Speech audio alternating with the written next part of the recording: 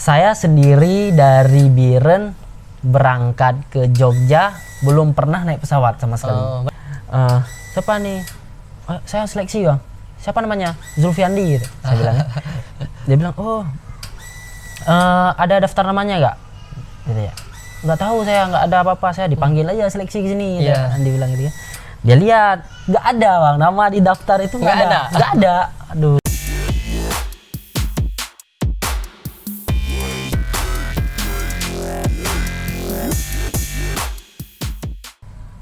Hai, Pehaba. Apa kabar teman-teman sekalian? Pada kesempatan ini, kita akan kembali ngobrol-ngobrol, bincang-bincang tentang pesepak bolaan Indonesia. Beruntung, di samping saya telah hadir salah satu narasumber spesial. Dia adalah gelandang timnas Indonesia yang saat ini bermain untuk Madura United. Dia adalah Zulfiandi. Zul, apa kabar? Baik, alhamdulillah. Kita ucapkan selamat datang di channel ini. Teman-teman, Zulfiandi ini 3 tahun terakhir atau beberapa tahun terakhir lah adalah salah satu gelandang yang mendapatkan sorotan dari banyak orang, mulai dari kisah hidupnya, juga terutama terhadap skill-skill yang dia lakukan. Nah, sejauh ini terakhir ketika Liga 1 bergulir di tahun 2020, Zulfiandi boleh dibilang belum bermain. Dia saat itu mengalami cedera. Zul, sejauh mana sudah proses penyembuhan cedera? Kalau proses penyembuhan cedera, alhamdulillah sekarang udah mulai sembuh. Udah kalau dihitung 100% berapa persennya udah 70-60 lah. Ya itu aja untuk kesembuhannya, 70-60 lah. Kemarin pengobatan penyembuhannya di Jakarta, di Madura atau di mana? Penyembuhannya, operasinya di Jakarta. Di Jakarta saya operasi di Jakarta. Berapa lama habis waktu? Habis waktu kurang lebih 1 bulan ada. 1 bulan di Jakarta, 1 bulan.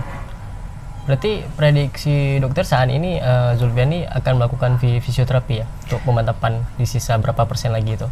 Iya, sebenarnya harus sama fisioterapi. Kalau sendiri kan kita belum paham untuk penyembuhannya bagaimana. Untuk saat ini saya kan lagi COVID kan. Ya, jadi bingung ini fisioterapi yang ada di sekitaran kita ini, tempat tinggal kita di Aceh. Belum tahu, saya belum ada yang kenal gitu.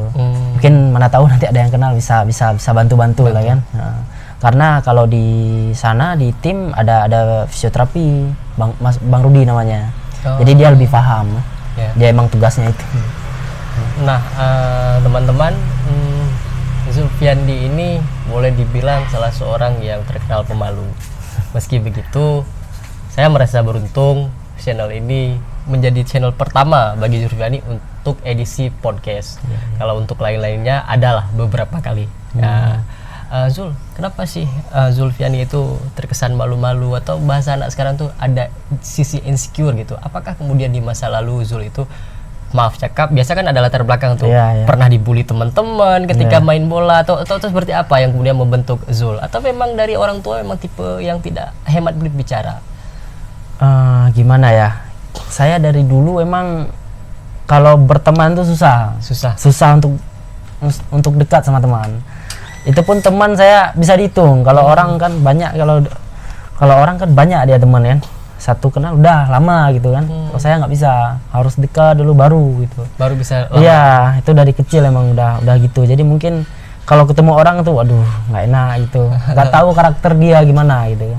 Kita harus cari karakter dia gimana. Jadi gimana, malu gitu loh, nggak enak gitu. Mungkin sekarang mungkin ya terbiasa ketemu teman-teman yang di sana, jadi udah pelan-pelan gitu. Itu. Nah, teman-teman, kata Zul tadi dia itu pemalu, atau boleh dibilang Zul ini tipikal secara psikologis itu introvert, orang-orang yang tidak terlalu ekspresif gitu. Jadi selama ini bagaimana sih Zul ketika kan pemain besar nih, kan malu-malu nih, tapi fan-fan nih minta ajak foto, itu gimana sih? Kalau yang ngajak foto sih kita bersedia aja kan, foto. Tapi kalau diajak ngobrol, apalagi depan kamera tuh agak grogi ya. Awkward gitu. Iya. Malu gitu. Nah, boleh dibilang nama Zulfiandi itu benar-benar booming ketika masuk dalam U19. Saat itu diarsiteki oleh Coach Indra Safri.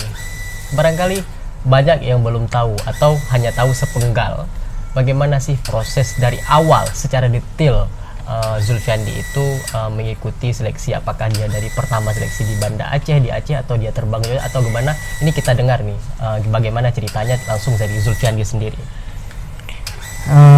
Saya beruntung alhamdulillah ya bisa bisa masuk ke dalam tim U19 pas zaman itu. Emang mungkin banyak generasi zaman itu, emang generasi Indonesia yang pemain-pemainnya lengkap gitu Bang, dari kiper, tengah, bawah, ke atas, yang bagus alhamdulillah. Pertama kali saya bisa masuk seleksi itu karena mungkin pelatih saya Bakhtiar Juli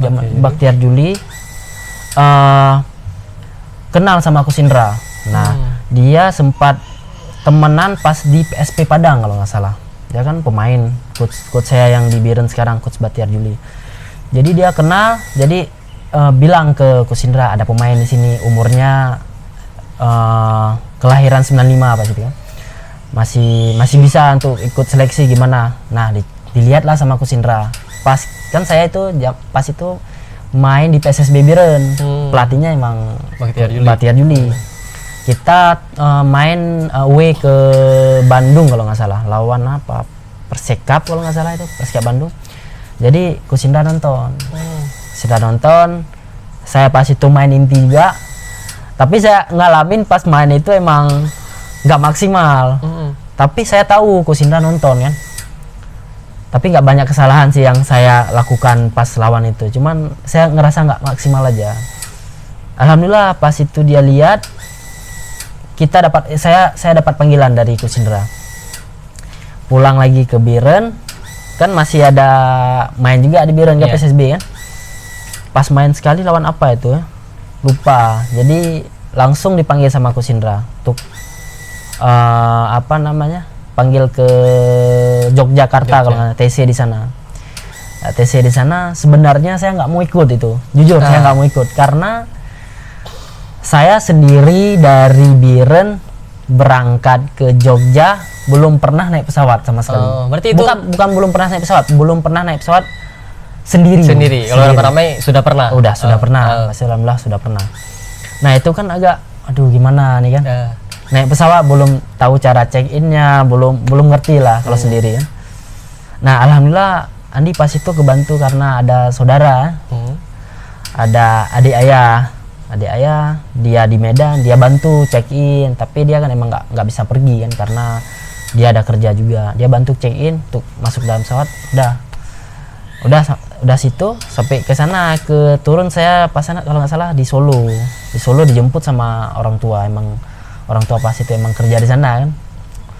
Udah sampai ke Jogja seleksi. Saya seleksi itu tahap kedua tuh, gelombang kedua. Pemain yang gelombang satu emang bagus-bagus. Gelombang kedua mungkin masih dilihat berapa kali lagi gitu. Yang gelombang pertama itu kayak Evan, Putu, Ilhamuddin, Hendra Sandi. Dia kan udah main Liga 1 itu pas itu kan, yang LPI. Miftahul Handi, siapa lagi? Banyak pemain-pemain bagus yang gelombang 1. Kita masuk gelombang 2. Saya pas mau masuk seleksi nih kan, besok paginya saya datang kan pagi datang ke hotel kan, besoknya kayaknya malam kalau nggak, saya datang ke hotel, terus besok paginya latihan, kemalaman saya ketiduran kan, tiduran dibangunin sama Hamdi kan, satu kamarnya berempat kalau nggak salah tuh, berempat sama Hamdi, Gavin, Kwan itu, Hamdi, Sandi sama itu berempat dimasukin situ lah. Kalau Hamdi itu juga di gelombang kedua? Gelombang 1. Gelombang 1. Tapi emang yang dia kan lolos seleksi, masih dipertahankan di situ. Yang gelombang 1 mungkin udah dipotong kalau nggak salah itu. Nah, di situ bangunin. Nggak ada baju kan, sama sekali kan nggak tahu. Masuk dikasih tahu Hamdi udah mulai latihannya katanya. Udah mulai. Waduh. Nggak enak nih kan. Pakai baju latihan sendiri bawa dari rumah, baju biasa. Orang-orang kan udah pakai baju, udah dikasih baju semua kan, baju latihan. Udahlah pergi ke lapangan. Pas ke lapangan panggil dilihat kan Andi aneh sendiri kan datang kan. Aduh gak enak nih kan. Kok Sindra lihat juga, anak-anak juga lihat kan. Ada Kitman, Bang Muni aja. Bang Muni. Siapa nih? Saya seleksi bang. Siapa namanya? Zulfiandi gitu. Saya bilang. Dia bilang, oh ada daftar namanya nggak? Gitu ya. Nggak tahu saya, nggak ada apa-apa, saya dipanggil aja seleksi ke sini. Andi bilang gitu ya. Dia lihat, nggak ada bang, nama di daftar itu nggak ada. Aduh nggak enak juga kan. Ya udah, kasih baju Muni, kasih baju katanya. Itu siapa bilang yang kasih baju? Coach Indra. Iya, dia kan mungkin karena terdata semua kan, kan nggak mungkin dia ingat semua kan. Udah kasih baju, ikutlah sama mereka latihan tuh. Berapa yang gelombang 2 mungkin 3 kali latihan kalau nggak salah seleksi. Itulah itu seleksi pertama tuh, alhamdulillah ada pencoretan beberapa, ada dicoret beberapa, satu gelombang 2 ada berapa mungkin 30-an yang diambil, mungkin ratusan yang ngikut, 30-an yang dipotong atau 50-an. Isilah tahap per tahap dipotong sampai akhirnya itu kita pindah ke Sidoarjo kalau nggak salah. Pindah ke Sidoarjo mungkin 30 orang tuh. Nah pas pindah ke Sidoarjo itu agak ragu juga untuk lewat seleksi karena pas zaman itu banyak pemain-pemain SAD itu yang dari Uruguay itu pulang dia. Yang namanya pemain-pemain SAD kan udah ada. SAD Uruguay. Iya. Generasi Ryuji Utomo, Hansamu. Nah, kan banyak pulang tuh. Ada lagi kalau gelandang ada Vicky, ada Mamang, ada Vicky, ada Untung kalau nggak salah. Kan mereka udah ada fisik lah kalau dibilang. Emang postur badannya udah menang semua kan. Itu udah aduh gimana, lewat apa enggak gitu kan. Minder lah saat itu. Minder, sangat minder. Nah, di jalan waktu kita ikut masih di situ. Ikut seleksi, ada uji coba. Sempat Andi itu uji coba nggak dikasih baju. Maksudnya cadangan di tribun gitu loh. Sama Ilham. Waduh, langsung telepon orang tua. Bilang, ini udah nggak lewat lagi, bilang. Besok mau pulang mungkin. Karena pencoretan udah dicoret kan. Bilang. Nah, besok mungkin lusa kita udah uji coba ke Malaysia kalau nggak salah. Itu Malaysia lah, uji coba sama Oman kalau nggak salah. Bingung juga dibawa apa enggak. Alhamdulillah pas itu dibawa. Senang kali kan. Ini kayaknya udah kelihatan nih. Sangat tidak nyangka. Nggak nyangka. Alhamdulillah rezeki di situ udah sana kasih main lagi di sana. Main di Malaysia itu main bukan main pertama, babak kedua. Mau habis menit 80 kita main. Main lah. Nah, masih mungkin kelihatan mungkin Andi juga masih mau gitu kan, mau untuk kerja keras di situ.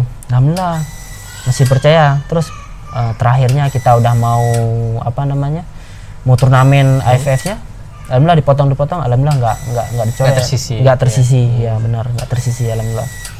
Nah itu pas pertandingan pertama juga kan Andi cadangan tuh. Iya, cadangan. Lawan Brunei kalau nggak salah. Lawan Brunei cadangan menit berapa kalau nggak salah 70-an mungkin Andi masuk tuh. Ganti Hargianto kalau nggak salah. Disitulah mulai main lawan Brunei dipercaya. Menit 70 tuh. Percaya, besoknya di lawan Myanmar main pertama. Main pertama lawan Myanmar, habis Myanmar kalau nggak Vietnam main pertama juga, main di Sidoarjo. Thailand main pertama, Malaysia main pertama sampai final kan, main pertama terus alhamdulillah. Nah di situ mungkin ada kepercayaan sampai kita juara itu, ada kepercayaan Andi juga main pertama itu, dari disitulah. Dan nyaris tak tergantikan. Iya, alhamdulillah. Ini kan menarik teman-teman. Zulfiandi itu datang bukan tidak membawa embel-embel klub yang besar setiap itu. PSSB Biren, sebuah klub lokal di Aceh, sekalipun memang pada masa 2000-an itu salah satu klub kuat pula. Orang yang pengalaman pribadinya baru kali pertama naik pesawat sendirian, sampai di sana telat bangun lagi, tak ada daftar nama, tapi dengan izin Allah Subhanahu wa taala dia lolos dan saat ini menjadi salah satu pemain besar di Indonesia. Nah, yang membuat kita agaknya penasaran ini, kenapa sih seorang Zul itu yang boleh dibilang minderan, tetapi saat bermain itu tampak confident, percaya diri ya. Seperti ada kepribadian lain ketika bermain itu garang. Apa sih Zul yang membuat Zul itu? Nggak tahu ya, banyak orang bilang kalau di lapangan tuh kelihatan percaya diri ya. Tapi enggak juga. Tapi sejujurnya enggak seperti itu. Enggak seperti itu. Karena mungkin bawaan dari kecil ya. Kita dulu tuh dari kecil udah diajarin sama pelatih yang di kampung lu, Cek Rumah namanya. Latihan tuh nggak banyak sentuhan, nggak banyak dribbling, banyak sentuhan, itu 1-2 itu 3 sentuhan gitu. Jadi mungkin kalau sekarang kan banyak sepak bola modern kan yang simple kan, 1-2 touch gitu. Jadi udah mungkin dari kecil udah diajarin itu, jadi nggak terlalu panik gitu kita pas melihat orang di belakang ada lawan atau enggak itu. Jadi mungkin udah dari kecil udah diajarinnya benar gitu sama pelatih kampung kalau dibilang. Nah Zul, kemudian ini penasaran nih, pas Zul kemarin ketika seleksi itu langsung bermain gelandang bertahan atau seperti apa? Karena kan banyak juga yang barangkali tahu atau barangkali banyak tidak tahu, Zul pada di PSSB Medan dia tuh sempat bermain sebagai striker. Nah, apakah sebelum Zul main di PSSB Medan ketika ikut Liga Pelajar Indonesia ketika SMU 2 ya ketika itu, apakah Zul juga bermain sebagai striker atau banyak posisi lain sih Zul main itu bagaimana? Kalau posisi beberapa emang ganti ya. Dari SD kan dulu ada Danon tuh. Danon striker. Striker dulu. Striker Danon sampai SMP kalau nggak salah. Terus pindah posisi karena ngerasa power nggak ada untuk jadi striker, lari kurang kencang. Lari nggak ada power ya.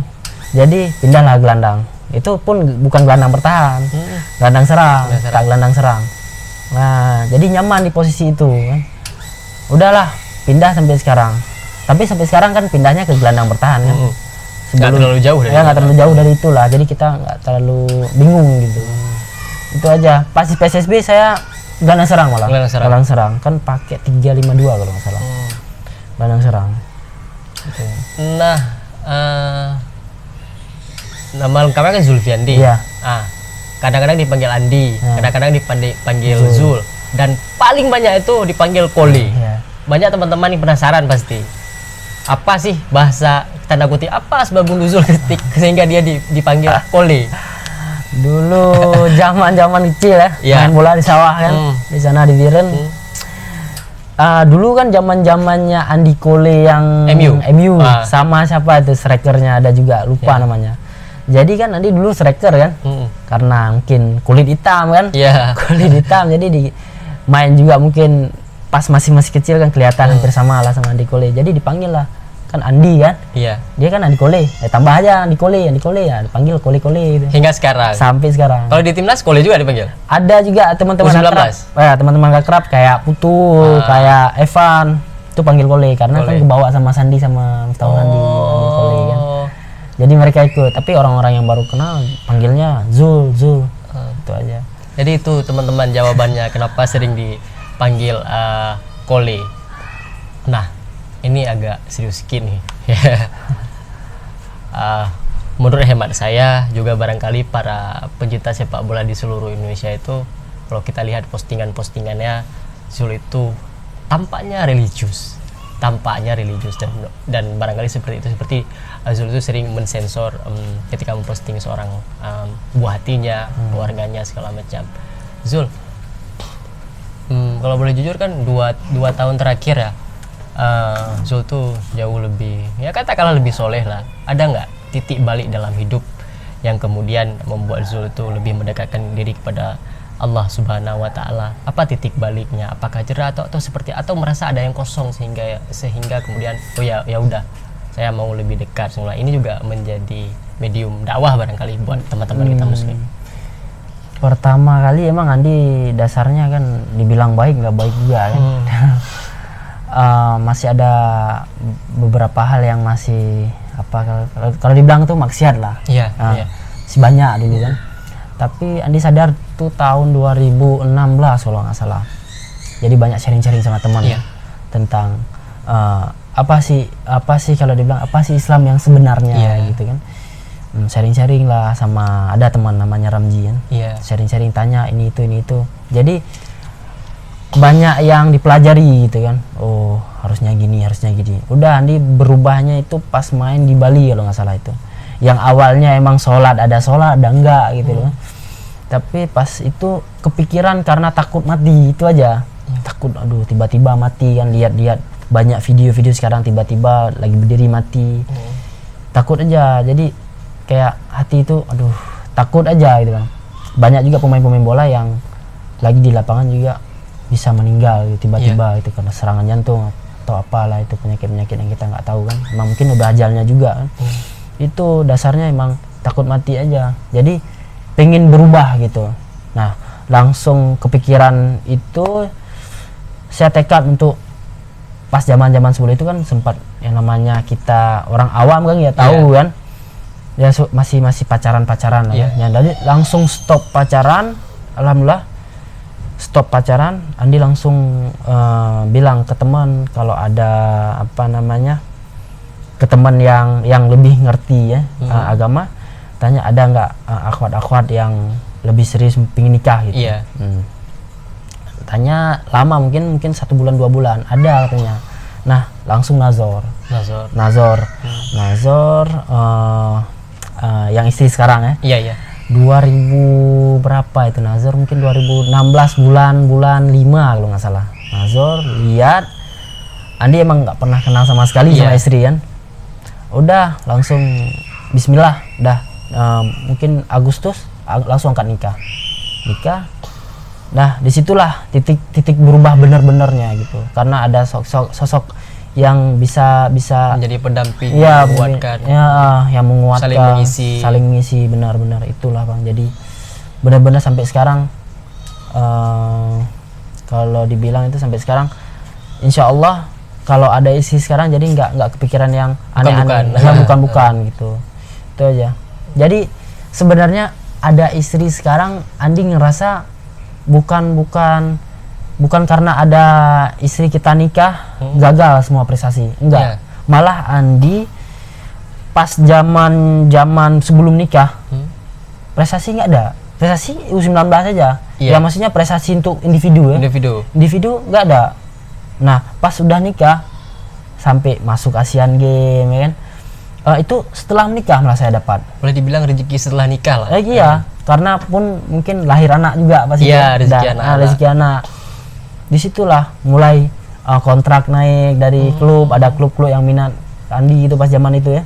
Karena mungkin Andi yakin bukan karena menikah karir seorang redup. Enggak, malah Andi ngerasa karena ada istri, ada keluarga, jadi kita ada motivasi untuk cari nafkah buat mereka. Itulah jadi motivasi Andi pas itu. Enggak kan kalau kita belum nikah nih kan suka telepon-teleponan tuh sampai tengah malam, jam 1 malam. Tapi kan kalau ada istri kita fokus, lebih teratur, tidur lebih teratur, apa-apa lebih teratur, latihan untuk tambahan juga tahu kapan, karena kan enggak terpikir untuk aneh-aneh lagi. Itulah alhamdulillah.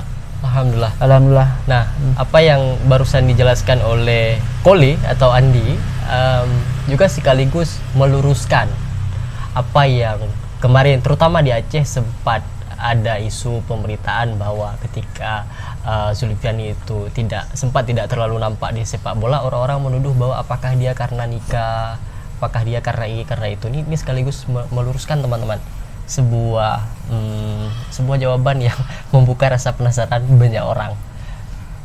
Setelah menikah lebih tentram? Alhamdulillah setelah batin. Iya.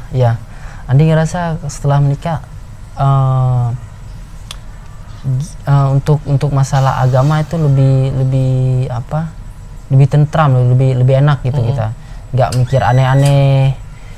Apalagi sebelum menikah kan godaannya luar biasa, ya benar. Popularitas lagi tinggi-tingginya. Jadi alhamdulillah kalau udah menikah jadi teratur gitu.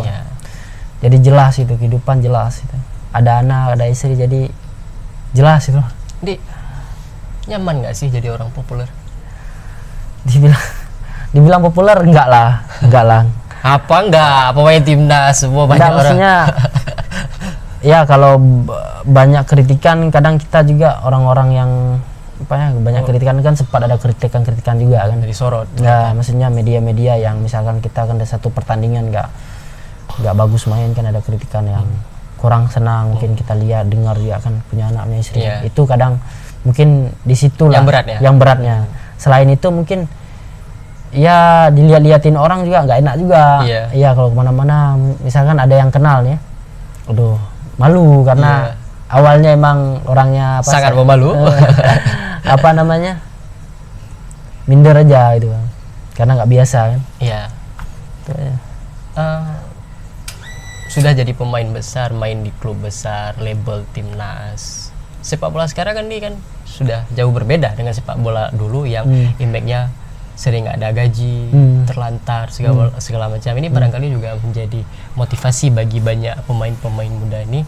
Selama Zul atau Andi main sepak bola itu, selama kita bisa menjaga memanage keuangan itu, apa saja sih yang bisa digunakan dari kontrak itu, pencapaian Andi sendiri untuk beli rumah atau apa saja sih? Ini barangkali menjadi motivasi untuk banyak pemain-pemain muda kita, sekaligus juga warning ada barangkali kiat-kiat mungkin mereka tidak boros atau apa. Alhamdulillah ya, Andi termasuk orang nggak yang beli-beli barang-barang yang kayak mobil ya.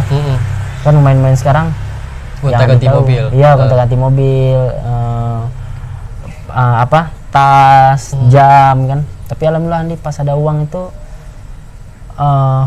beli apapun yang dibeli itu jangka panjang kayak rumah, kebun pas itu. Ya, sekarang ada ruko alhamdulillah. Ya. Jadi nggak ada uang pengen beli mobil, pengen beli itu, karena pikirnya masa depan. Karena tahu kan berapa lama sih kita mainnya ya. Gimana? Iya, karena kita kan tahu nggak berapa lama sih kita sanggup main kan, nggak iya, lama. benar. Berarti apapun ketika punya rezeki itu langsung invest. Iya, nggak terpikir untuk beli barang-barang yang nggak tahan lama itu, nggak bisa invest itu, maksudnya nggak menghasilkan nanti gitu. Pikirnya pasti di rumah, beli tanah, beli kebun itu. Kalau suatu saat lagi nanti kita nggak main bola, ada yang dipetik. Iya. Nah, teman-teman ini juga menjadi apa ya, banyak sudah terlalu, bukan terlalu banyak, sudah banyak pemain Indonesia juga melakukan hal yang sama. Barangkali generasi kita itu, generasi sekarang itu belajar dari generasi sebelumnya. Nah, seperti Zul sudah menjelaskan tadi, dia juga invest segala macam. Kalau kebun apa sih sekarang, Zul? Sawit dah? Kebun sawit. Alhamdulillah. Sampai 20 hektar gak? Ada sampai 20 hektar. Zaman itu kan U19 kan, kita kan masih muda, nggak banyak. Nggak banyak dapat apa kontrak kan. Kontraknya nggak besar-besar, tapi cukup lah untuk kita anak muda cukup. Tapi kalau sekarang udah berkeluarga kan emang kebutuhan ya. Banyak butuh. Tapi alhamdulillah semakin tahun semakin naik alhamdulillah. Zul, ketika kemarin sempat agak-agak hilang, udah lama nih, dengan berbagai macam isu yang ada. Jujur nih, pernah nggak di waktu itu sempat mau berhenti main bola? Sempat kan? Sempat. Berarti itu bukan hoax? Bukan. Berarti memang betul pengen sempat mau berhenti. Apa yang kemudian membuat Zul itu nggak jadi berhenti? Apakah ayah atau enggak? Seperti apa? 2016 kalau nggak salah, pas emang mikir ya masalah tadi itu kan, pengen takut mati ya kan, takut mati di lapangan. Fokus benar-benar hijrah gitu. Iya, pengen fokus belajar agama gitu kan. Jadi terpikir untuk udahlah cukup lah sepak bola, udah nikah, cari istri yang benar-benar sama gitu prinsipnya sama ini. Udah tinggalin sepak bola. Nah, zaman itu pas Andi pikir-pikir juga, kalau Andi nggak main bola, apa yang bisa apa namanya? Jadi periuk nasi gitu. Iya, untuk Andi cari kerja ini apa? Kan nggak ada apa-apa kan, cuma kebun aja. Jadi Andi pikir Andi mainlah 2 tahun atau 3 tahun lagi. Alhamdulillah apa yang Andi bayangkan, pingin ada rumah, pingin ada ini, alhamdulillah tercapai semua. Alhamdulillah. Jadi pun kalau misalkan suatu saat emang Andi pingin fokus benar-benar di belajar agama, emang suatu saat nanti bakalan Andi pikirkan itu. Tapi untuk saat ini mungkin belum ya, karena masih ada kontrak sama orang, sama klub. Kita nggak tahu kapan ya. Cuman nantilah, tapi pikir-pikir dulu. Karena mana tahu nanti kita ada dapat uang bisa apa namanya, bisa invest lagi ya. Ya invest, selain invest juga ketika kita punya banyak rezeki juga kita seperti konsennya beliau, kita juga bisa membantu agama dan wajar-wajar yang lainnya. Ya. Sempat dengar kabar dari ya salah satu praktisi sepak bola di Aceh, kalau nggak salah 2018 kalau tidak salah, Andi itu nyaris pulang ke Persiraja, tapi kemudian tiba-tiba ditelepon oleh RD dan ke Sriwijaya. Kalau nggak salah ya. Iya. Andi sempat ditelepon sama Coach Ayar. Iya, kalau nggak salah Coach Ayar atau manajemen ya. Jadi tanya, Andi kan di Bayangkara kan jarang main, memang jarang main kan. Jadi jarang main, Andi dibilang pulang aja ke sini Persiraja, kita main di sini. Andi udah termasuk sebenarnya yang namanya kita dipanggil untuk main di kampung sendiri, maksudnya di provinsi sendiri, tempat lahir sendiri. Gairahnya beda. Gairahnya beda. Mainnya juga benar-benar pakai hati gitu. Ngerasa nih.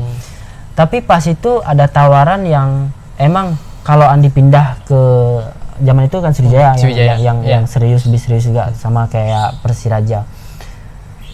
Karir kayaknya lebih jelas kan Liga 1 sama Liga 2 kan pas itu. Andi terima tawaran Kusherdi yang lebih serius mereka untuk menandakan Andi pas itu kan. Andi gak bilang kalau Persiraja nggak sih, mereka serius juga karena mikir karir.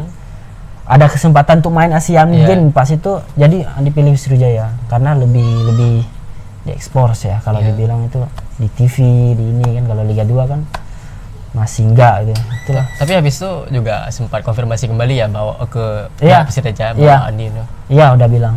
Kemarin juga Liga 1 kan sempat juga, cuman Andi kan ada kontrak sama Madura 2 tahun kan. Emang nggak bisa apa-apa. Kalau ditawar untuk main di provinsi sendiri, tempat tanah lahir sendiri, sebenarnya mau aja, mau Andi. Cuman itulah karena ada kan harus profesional juga. Itu aja. Nah teman-teman, tadi juga sekaligus mengkonfirmasi apa yang saya dengar dari salah seorang orang penting, dan orang itu di Persiraja juga mengatakan kepada saya karena Zul adalah anak Aceh saat 2018 ya saat itu.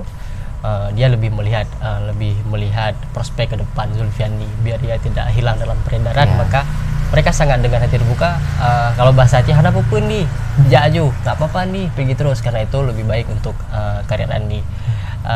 Nah teman-teman, kita juga barangkali penasaran nih, apa sih yang belum tercapai? Timnas sudah, juara di U19 juga udah, apa sih yang belum tercapai? Ini belum tercapai prestasi sebagai pesepak bola. Untuk usia muda kayaknya udah lewat semua. 23 udah lewat. Ya senior lah, harapannya senior kan. Andi ya berharap setiap event turnamen di senior kita bisa bawa pulang piala gitu. AFF ya. Apalagi lolos Piala Dunia, lolos Piala Asia, itu harapan, itu cita-cita emang dari kecil kita kan berharap berprestasi pas di senior. Itulah harapan yang belum tercapai. Kalau untuk secara individu di luar sepak bola atau keluarga, apa yang pengen diraih? Individu yang belum diraih di luar sepak bola. Apa ya?